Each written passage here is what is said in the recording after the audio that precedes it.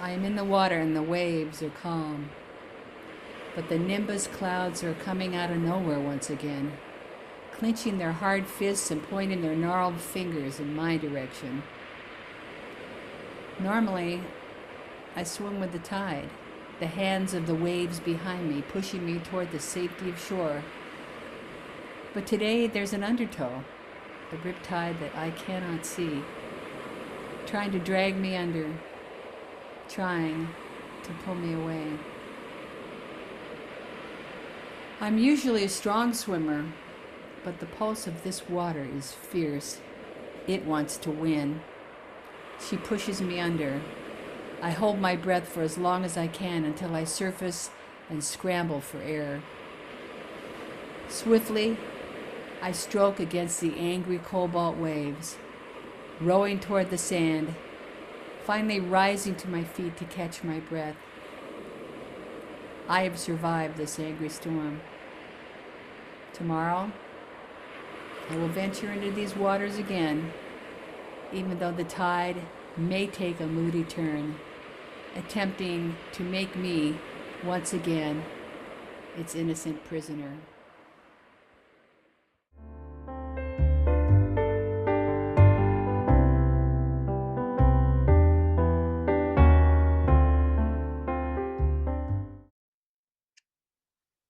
You didn't say anything on the way home.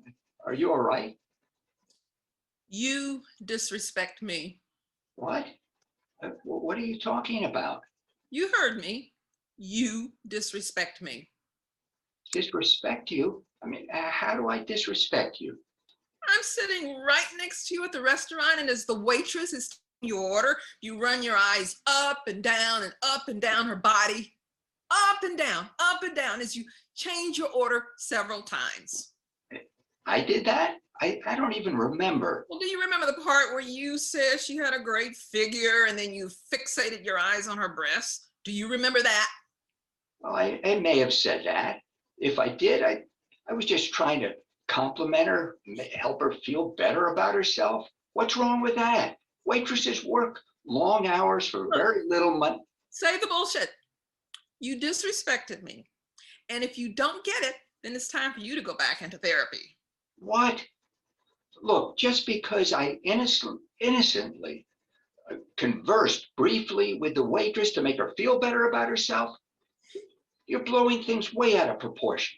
I didn't mean anything by it. I apologize, and I won't do it again. Sweetie, forgive me, please. Forgive me. Not tonight. Sofa.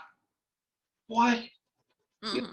you can't mean that you're not going to let me sleep in our bed tonight. You Mm-hmm. know I have a bad back, and you know what happened the last time you made me sleep on the sofa. I couldn't walk the next Look, week. I remember all that. But evidently you don't. Sheets, blankets, pillows in the closet. Baby, Oh. look, I messed up. I Mm-hmm. screwed up. I do that sometimes. My bad. But please, don't make me sleep on the sofa. I'll do anything, anything. Okay. Make me breakfast in the morning. And then tell me you love me over and over and over again. And that you will never do that again. Deal. No, no, no, no. I think you need to spend at least one night on that sofa. You're mean. You're really mean. I didn't know that about you. I know I am.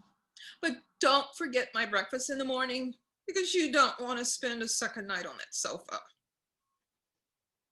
She's really mean. Really mean.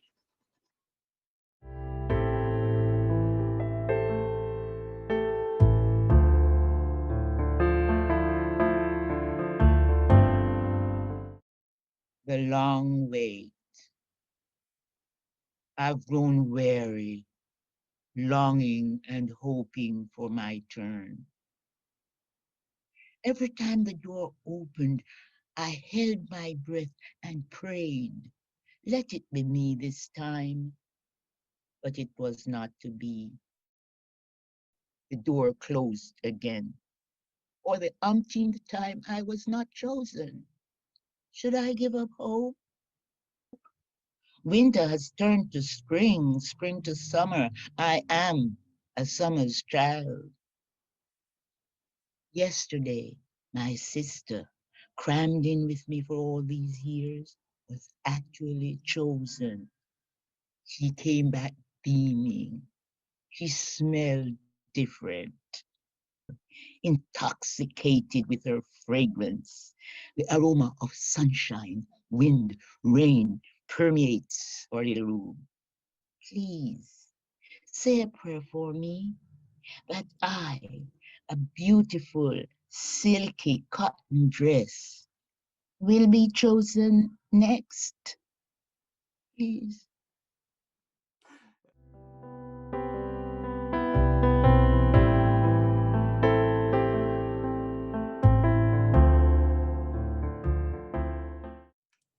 Three little words. When I was 16, I was not in love with Alan Crown. I was in like with Alan Crown, but there's a big difference. And that was back in the day before it was, love you, mean it. I didn't want to marry Alan, but I must admit, there were times when I gave it a fleeting thought, like when he'd pick up his shiny trumpet and play the music the way he did. They call it jazz. And that boy could play. It wasn't the music alone that had me crooning. It was the way he stood, the way he held his horn. And then he said to me, shall I play our song? Our song. Here we are, out of cigarettes, holding hands and yawning. Look how late it gets, just two sleepy people by dawn's early light. Too much in love to say goodnight. I'd say, oh yeah, do that. Play that now. And he would. See, that was the problem with Alan. He would do whatever I wanted him to do. And why couldn't he have just been more like, well, I don't know who like was because I hadn't met him yet. But then I did, and I married him. Fast forward. Some years later, I telephoned Alan. I could give any number of reasons for doing so, but the one I like best is that I wanted to apologize for behaving the way I did when we were teenagers, and that I really was, after all, a good person. The truth though, I was more curious, coupled with any number of reasons, but the one I like best is, as I say, I wanted to apologize for mistreating. How he was wonderful to me, and I didn't return the favor. And then he'd see that I was truly a good person after all. Know what I mean? Well, the truth, though, was more curiosity, coupled with a desire for maybe an innocent flirtation. After years of marriage, I probably wanted to know that somewhere out there in the ether, there was somebody named Alan who still loved me. Anyway, we went to lunch. I expected him to see me as finally a mature woman. I think I expected him to be grateful for my magnanimous show of repentance. I expected that I'd leave that lunch feeling pretty good. Instead, he listened very carefully, speaking not a word as I prattled on. And after a long silence, he said to me, you should have told me that you love me, even if you didn't. Every young boy like me needs to hear that from a girl like you at least once in his life.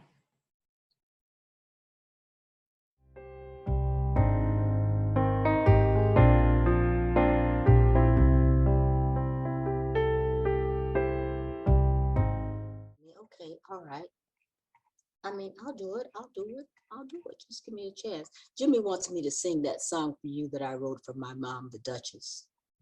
She wasn't no real Duchess, of course, because we don't got no colored Duchesses. My best friend Prez named her that. Prez is Lester Young on the tenor sax. I call him Prez because to me, he's the president of all the sax players. Well, he called my mom the Duchess because he called me Lady Day. We just took a time for naming everybody. He named me, I named him, and he named her. Prez said, since I'm the lady, Mom's got to be the Duchess. Well, Mom just loved it. She never liked her real name anyway. Sadie Fagan. And me, Eleanor Fagan. Oh, no. So after Prez called her Duchess, then everybody called her Duchess. You call her Duchess, she light up like a Christmas tree. But then she came to expect it every damn time you speak to her. Finally, if you don't call her Duchess, she'd think you were some kind of damn fool trying to throw shade and disrespect her. See, everybody all up and down Harlem knew the Duchess. She ran an open house, an open kitchen for every damn down and out nobody. You didn't have to be anybody to be somebody to the Duchess. My mom was the queen and soul of generosity, except for my man, Sonny Monroe. Me and Sonny were down and just about going down for the count. And I asked her for help. And she'd tell me no. No. After all the help I gave her, opening her restaurant and all that, and she said no. Said she wouldn't help me, not as long as I was with Sonny. She wouldn't help me. We needed help in the worst way, anything. But the Duchess said no. She said Sonny was the only man she ever seen. He was just evil, and whose soul was blacker on the inside than he was on the outside. She said he was no good for nothing but greasing my runway to hell. Said the stuff he was on had stolen me, her baby Billy. Said my sweet soul was not my own, and she was right. The Duchess was always right. But she didn't know how sweet he was to me. Little Sonny, he was my first love and my worst love.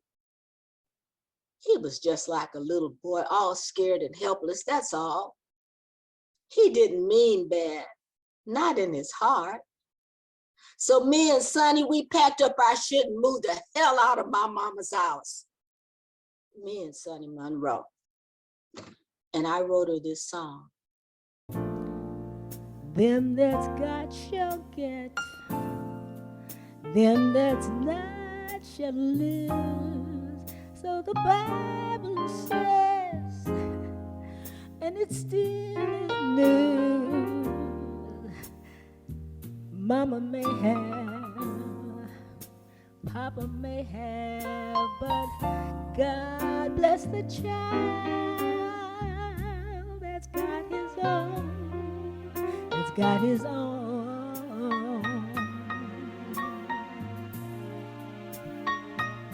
Well, the strong get more, while the weak ones fade. Empty pockets don't ever make the grade, but Mama should have, and Papa should have, but God bless the child that's got his own, that's got his own. That was for the Duchess, 'cause I love her still, even if she is dead and told me no.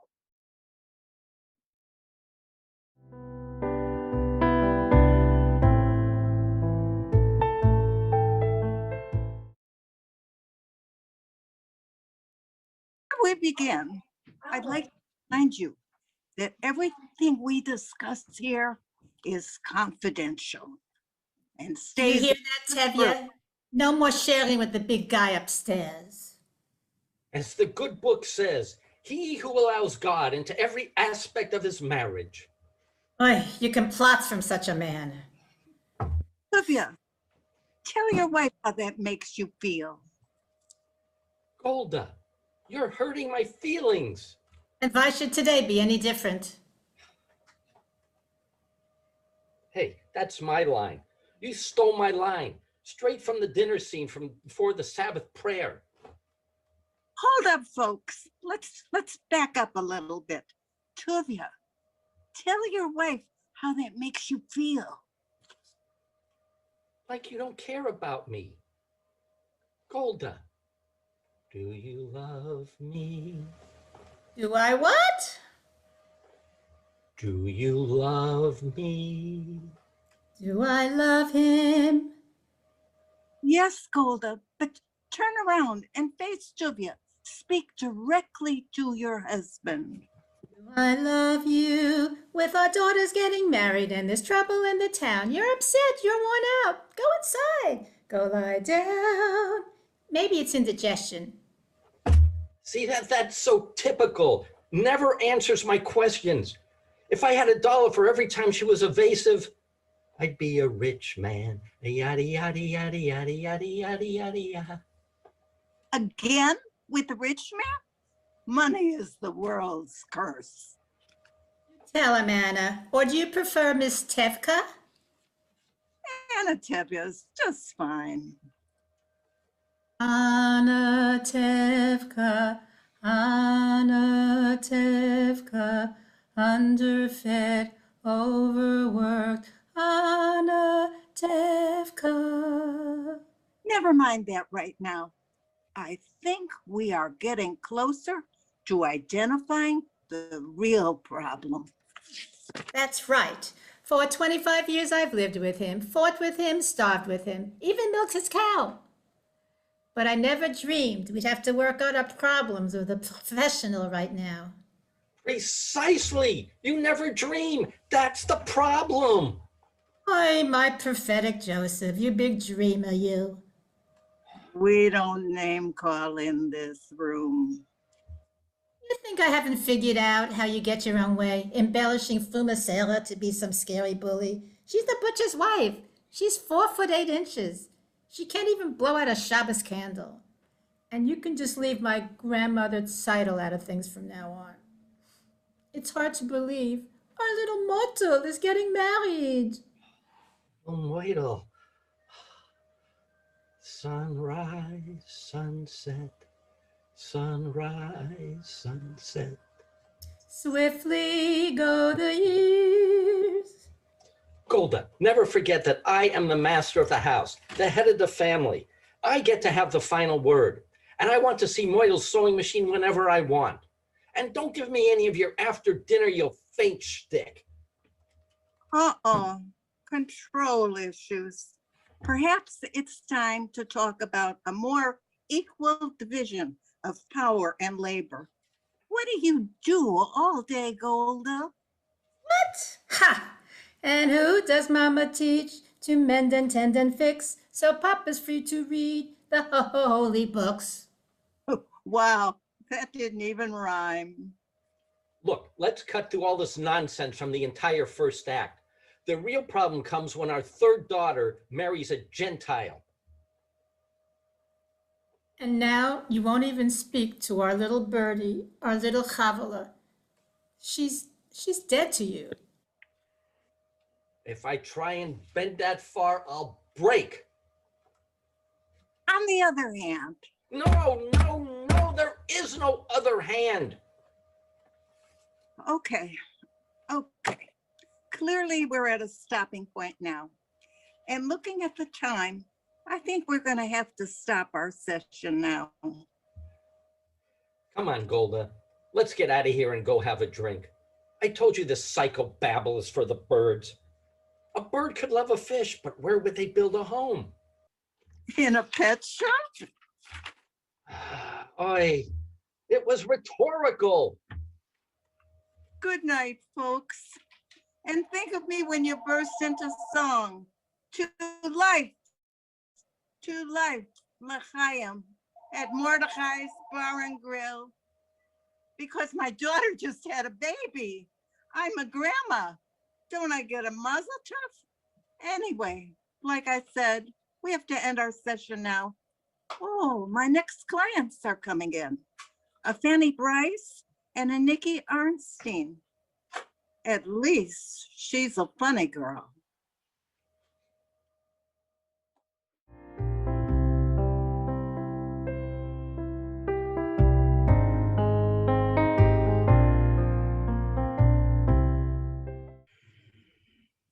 Oh, hey, hi there.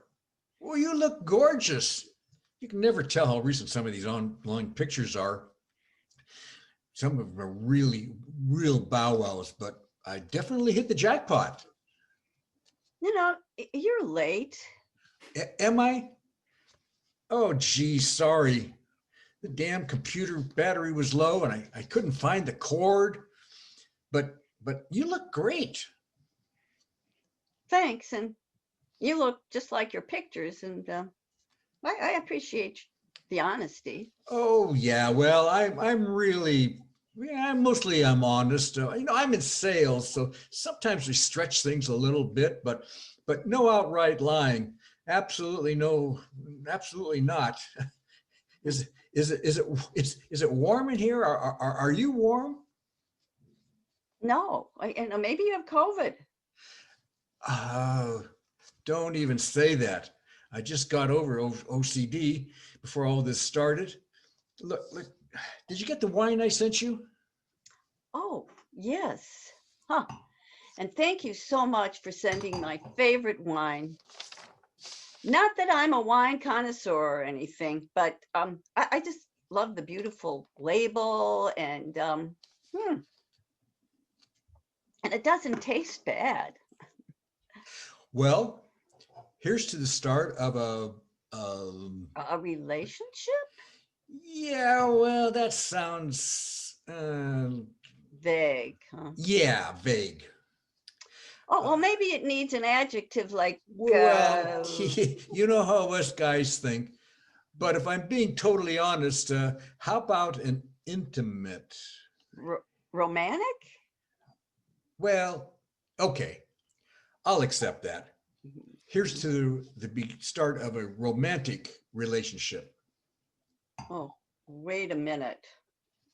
I can't drink to that. I don't feel I know you well enough.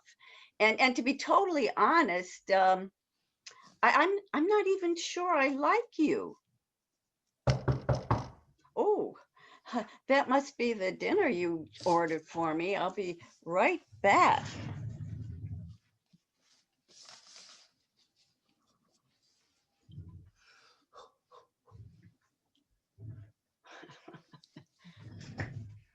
Oh. Oh, and it smells delicious. You ordered from Maestro's in Beverly Hills? But of course. Oh, wow. Sauteed scallops. Wow. Oh.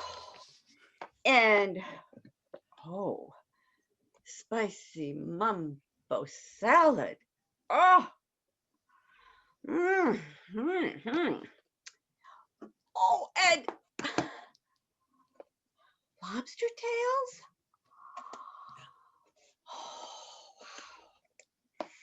Oh, lobster tails.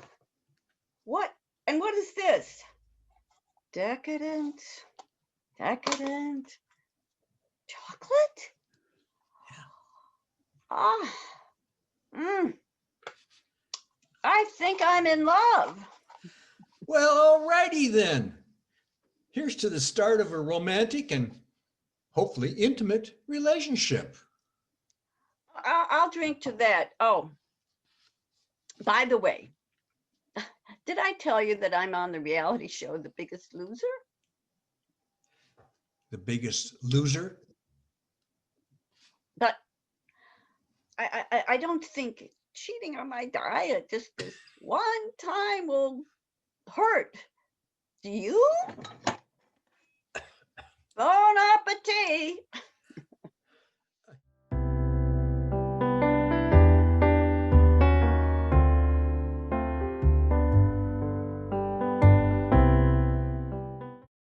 The flock of sheep. As the sun's droopy eye dips in the distance, he lets the border collie out to do his job. His sheep have wandered a little too far from the pen, more curious than usual, and the flock must be herded into some semblance of order.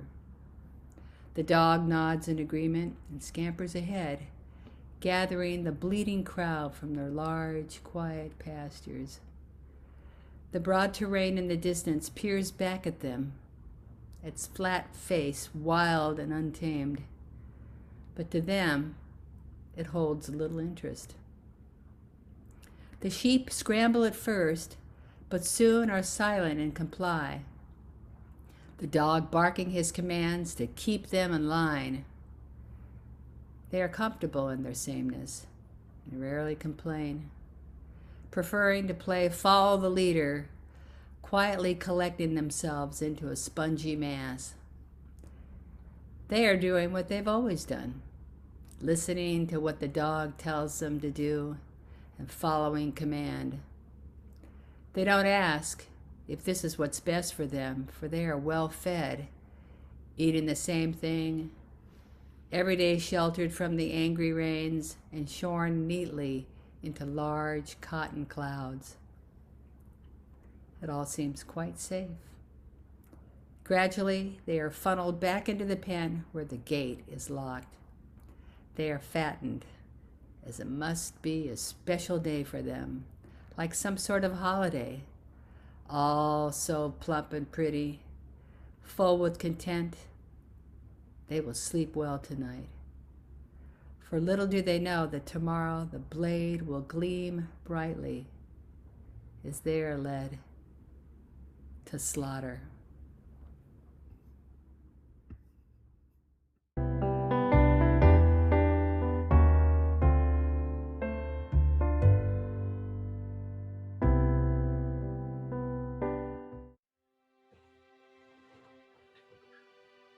Hi, honey.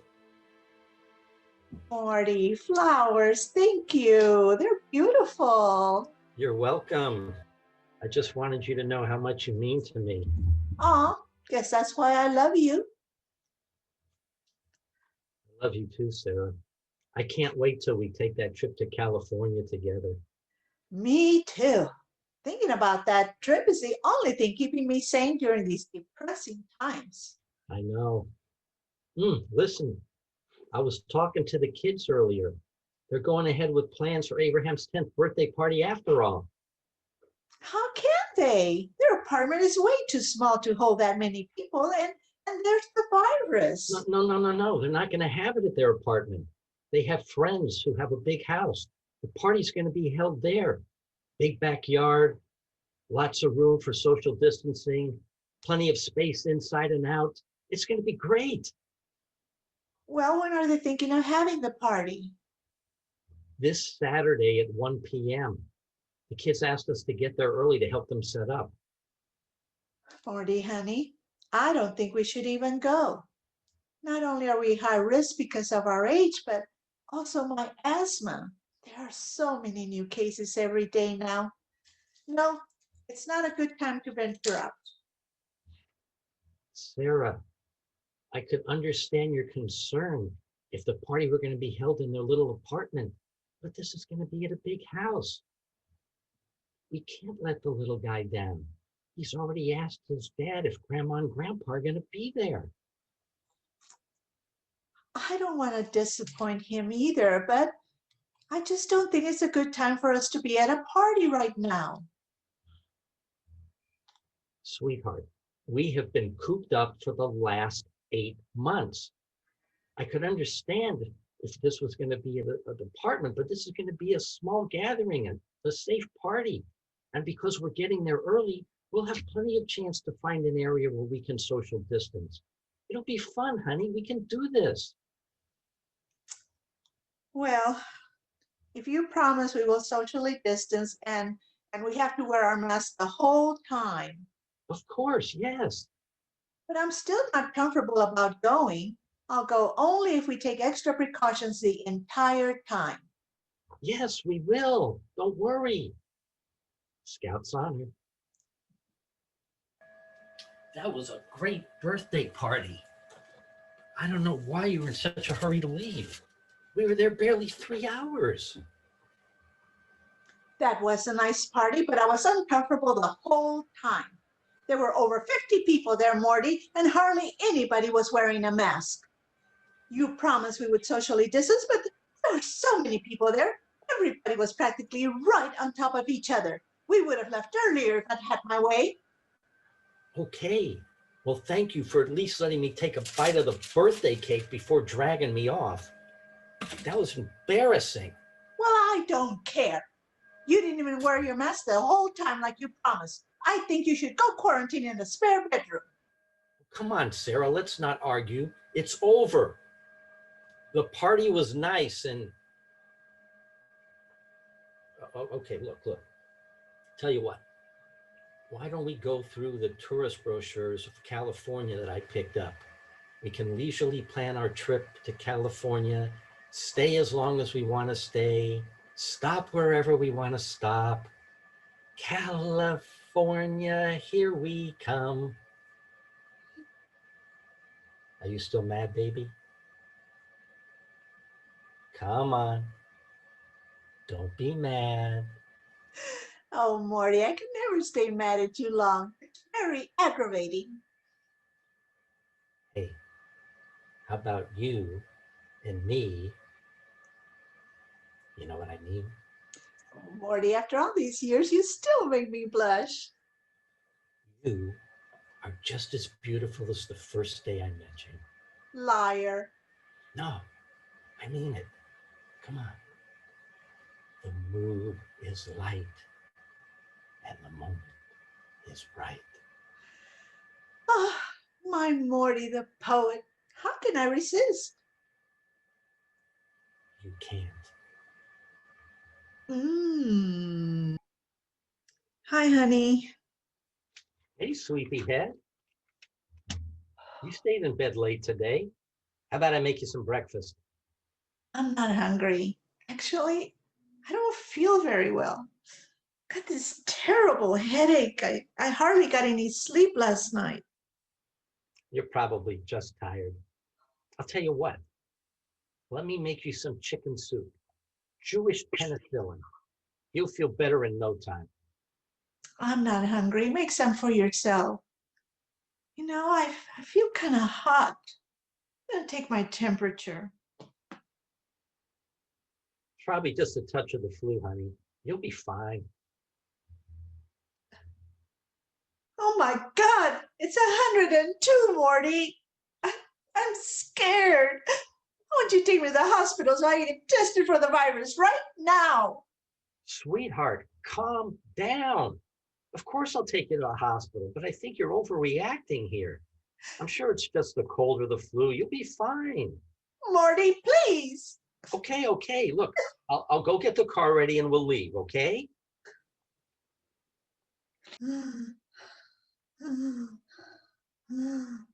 Hi, honey. It's Morty. How you feeling? I'm so tired and I'm having a hard time breathing. Sorry to hear that. Listen, I talked to the doctor earlier. They think it's best if they keep you there for a little while. But she assured me you're going to get the best care possible. Don't worry, you're going to get better soon. I know.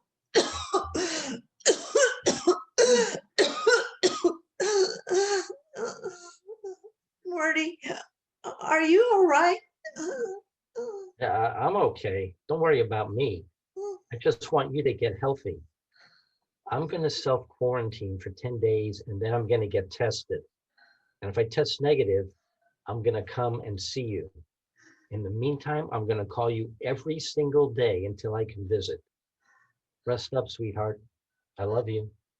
I love you too. Hi, Dr. Shapiro. This is Mordecai Rubenstein calling. My wife, Sarah, is in the hospital COVID unit. Yes, yes. I just wanted to let you know that I completed my 10-day self-quarantine and I tested negative. I'd like to come see my wife today. That you were trying to reach me? The, the virus has spread into her lungs and she's been placed on oxygen? I see. I know she's been having trouble breathing lately.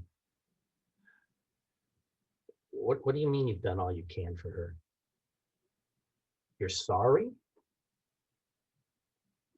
Dr. Shapiro, this must be some kind of mistake. Oh my God, I just can't believe this. All the more reason for me to come visit my wife. I'm coming to the hospital right now. What do you mean I can't see her? No. Don't give me that bullshit. I know that in New York City, one immediate family member is allowed to visit a patient in the hospital COVID unit. I demand to visit my wife. Please just make the necessary arrangements. I'm on my way now.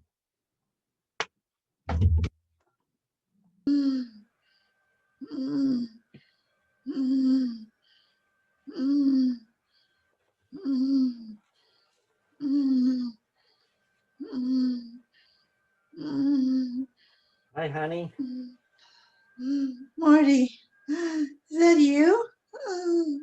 Yes, sweetie, it's me. How did you get in here? It doesn't matter how I got here. The important thing is I promised you I'd be here and I'm here. Abraham and the kids wanted me to say hi to you and tell you that they miss you and love you. I love him too. Morty, it's so hard to breathe today. Sarah, I am so sorry. This is all my fault. I never should have made you go to that party. I don't know what I was thinking. Please forgive me, please. Morty, nothing to forgive. I love you. Tell me about California. I've been mapping out the whole trip. Once you're out of here, we're going to California. I wrote one of those short poems that you like so much. Sarah, once the doctor gives you the A-OK, we're out of here and on our way. The first place we're going to go is in Southern California, beautiful Pasadena. You know, the side of the Rose Parade that you watch on TV every New Year's Day. The place with the beautiful palm trees and sunshine and blue skies. Then we're going to go to Hollywood and take a grand tour of all the movie star homes. Won't that be great? Sarah? Sarah? Sarah!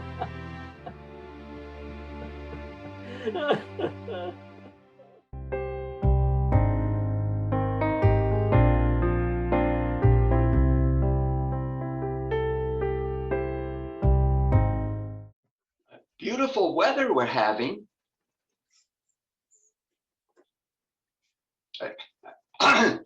I say, beautiful weather. Oh, sorry, did you say something? Well, I was commenting on the lovely weather we're having. Oh, yeah. No. Oh, hi, my name's John. What, do you know me? I don't think we've met. What have you heard? I can explain. You know, that poor homeless man. I think he's having a heart attack. Huh? Oh, yes. It could just be heartburn. The symptoms are the same, you know. Once I think he's trying to say something. I can't make it out. looks like, yes, I think he's saying help. By the way, I was a medic in the Marines, you know. You know, I can't believe nobody is stopping to help him. People are totally ignoring him. Well, COVID and all, you can hardly blame people. I myself have tested negative 13 times. Oh my God, that boy just jumped over him. Hey, you moron, that could be your grandfather. Oh, lady, stop. That man needs help. Oh, did you see that? Did you see that? Yes, that's why I don't yell at strangers in an excited voice. However, you look ravishing when you're angry. Oh, here's to you, lady. Here's twice to you, you bitch. My God, your passion is stimulating. I don't think I can. You know, he's not moving. Oh my God, I think he's dead. No, no. His foot is still twitching. As I was saying, You know, this is ridiculous. I am losing all hope in mankind. Why don't you go over there, check his pulse? I will call 911. what? Me? Are you seriously not going to help? You, a former Marine? Huh. And here I thought, you and I. Well, here I go to save the day. Boom. Are you coming? Well, yes, as soon as I call. Hey, buddy, I really want to ask this lady out. So can you give me a break? She's kind of hot, you know, and I really need a date. I haven't had a date in, well, a long time. Although it's probably been longer for you, huh? No offense, buddy, but a shower might help. Hey, the ambulance is coming. It's on its way, and my bus is coming. What?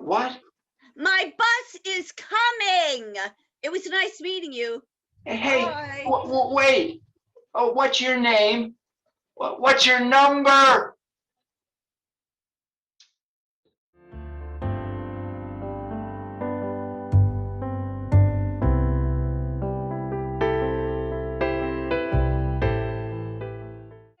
Mind if I use your phone? I better check on the kids. No telling what development they've gotten into. Everything's going to turn out fine. You'll see. Hello, Cheryl? Cheryl, dear, this is Mommy. Mommy, your mother.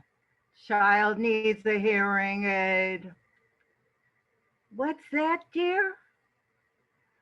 Vern and Jules threw a rock at you? Well, throw him back to him, honey. Show him who's the boss. Cheryl, sweetheart, put Grandma on the phone. Sounds like they're running her ragged. Hello, little Roger, is that you? I don't want to talk to you right now, Pumpkin. I want to talk to Grandma, because I want to talk to Grandma. Yes, Grandma does have baggy elbows. Now, let me talk to her. What's that? Honey, of course Mama loves you. I love you all the same.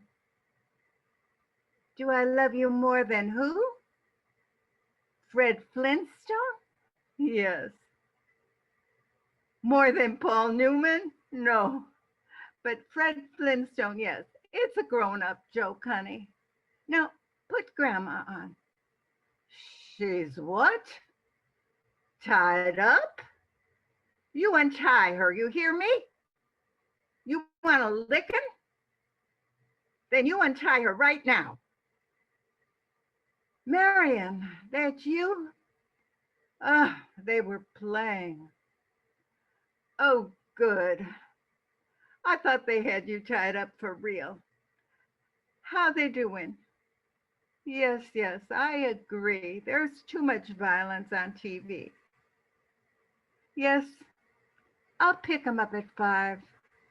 No, I won't be late. You have my solemn word. Goodbye. What's that, little Roger? Yes, it's nice to hear your voice again, too. You're playing what? Sniper? Vernon Jr. has climbed up a tree in the backyard and he has a brick. Well, little Roger, listen and listen carefully. Under no circumstances go under that tree. He's gonna drop that brick on your head, sweetheart. So don't go under the tree. That's what he wants. Okay, okay. Yabba yabba do to you too.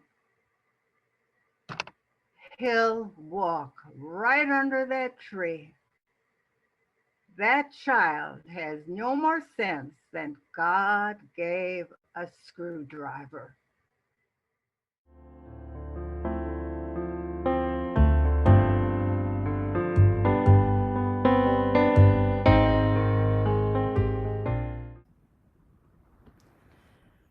Say, don't I know you? Aren't you that lady? The one, oh yeah. Aren't you Marilyn Monroe? Shh. Don't you want to know my name? It's fettuccine Alfredo. Al dente. Hey, how did you know my dentist's name was Al?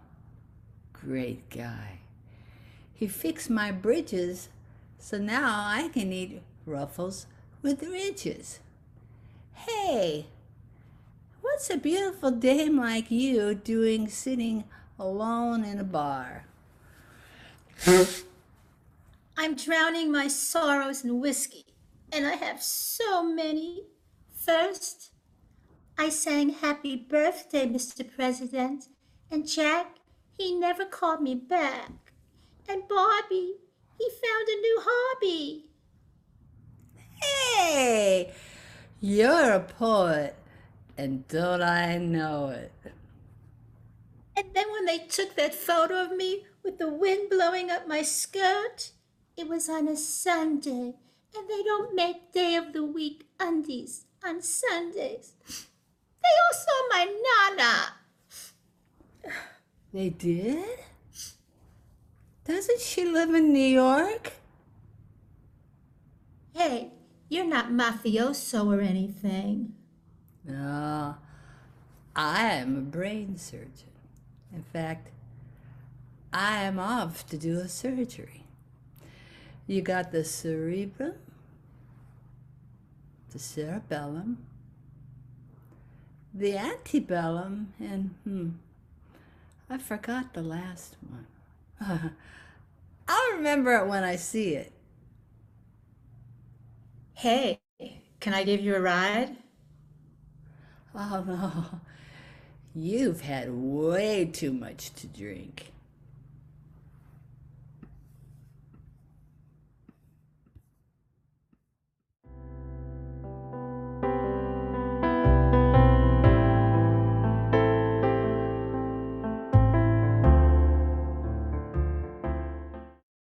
In the bag. You know how when most people board a plane, they take their seats, they fasten their seatbelt, and then they wait for the flight attendant to give them instructions in case they need it. Not me. The first thing I do when I get on a plane is I locate the barf bag, because there's a better than 50-50 chance that before that plane lands, I'm going to need it. Now, call me romantic, call me sentimental, but whenever I think of a barf bag, I think of my ex-husband. there was a man who knew me well. He'd been on any number of flights with me, any number of planes, trains, boats. He always knew what to do. See, because I get queasy. I get sick. I puke. I recall specifically one such flight from Puerto Rico to New Orleans. We weren't very long in the air before I started feeling queasy, and Jerry noticed that. So the well-trained Jerry did what he always does. He leaned forward, found the barf bag, shook it, put his hand in it, and waited for me. But this time it was different because all I could see was Jerry leaning forward and then silence. Oh, I didn't hear the sound of plastic Lang bag or anything. After a moment or two of this silence, I became curious. So my curiosity was accompanied by more nausea. I opened my eyes just a slit, turning to see what he was doing. And that's when I saw his face, blanched and frozen. What's the matter? I mumbled. When I received no answer, I asked him again. No answer. And then finally, he forced these syllables. It's used. The bag has already been used. And that's when the stewardess announced, the captain has turned on the fasten seatbelt sign and asked that because of heavy turbulence, everyone remain seated until we come to a complete stop. We estimate that to be about 20 minutes. And there sat my Jerry, stoically holding back his own nausea until we came in for a complete landing. And my own nausea, perversely, and at Jerry's expense, I chortled until we touched down.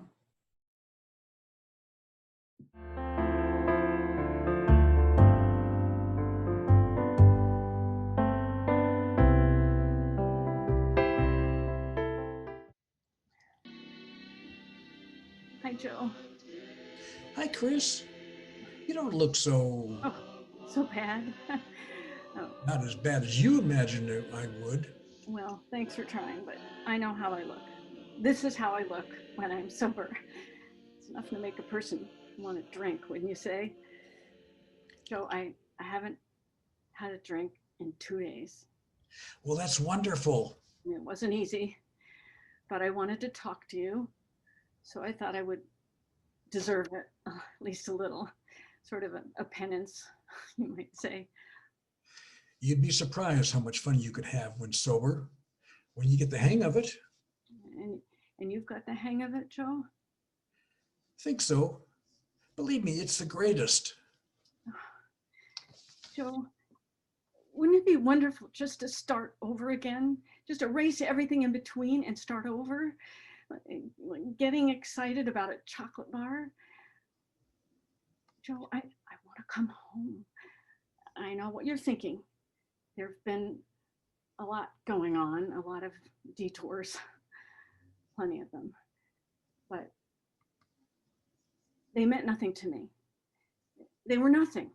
I never gave anything of myself to them. They had no identity. I just thought they would help me from being so lonely. But love is the only thing that keeps you from being lonely. I know that now. I didn't have that, Joe. Chris, our little daughter's asleep in there, and she would love to wake up and find you here if you just say the right words. The right words? I don't know if I have the right words. That's why it took me so long to get here. You see, the world looks so dirty to me when I'm not drinking. Do you remember Fisherman's Wharf? And you look at the water up close? That's how the world looks to me when I'm not drinking. I don't think I could ever stop completely, not like you. You could. Oh, if I really wanted to, but I don't. I know that now. I want things to look prettier than they are. But it would be okay. I could be all right. You could help me. If only we were back together, things were the way they were, and I wasn't so nervous. I just need to be loved. And I get so lonely from not being loved, I can hardly stand it. I love you, but I'm afraid of you. I'm an alcoholic. I can't take a drink. I'm afraid what we'd do if you just say you try. I can't face the idea of never having another drink. Just one day at a time. I can't. I can't. I can't. Doesn't it impress you that I've been sober for almost a year and I'm happy? I'm working steady. I feel great. Debbie and I have a decent place to live in again, all because I'm sober. It's lovely. There's plenty of room. You're strong, Joe. I know you could help me if we just had it back the way it was. Back like, do you remember how it really was? You and me and booze, a threesome. Do you remember? Not that it wasn't great. We can have that back again if I drink with you, but I'm not going to drink with you. That's finished. I wouldn't ask you to drink with me. I'd control myself. You can't control yourself. You're an alcoholic the same as I am. You and I were a couple of drunks in a sea of booze and the boat sank. I got a hold of something that kept me from going under, and I'm not letting go. Not for you, not for anyone. If you want to grab on, grab on. But there's only room for you and me, no threesome. I can't get over how dirty everything looks. Try it one more day. Why? For her, come look at her. Oh, I can't. I can't. I can't. You better give up on me, Joe. Not yet. I love you too much to give up on you. Thanks, but I've got to go. Bye, Joe. Goodbye, Chris.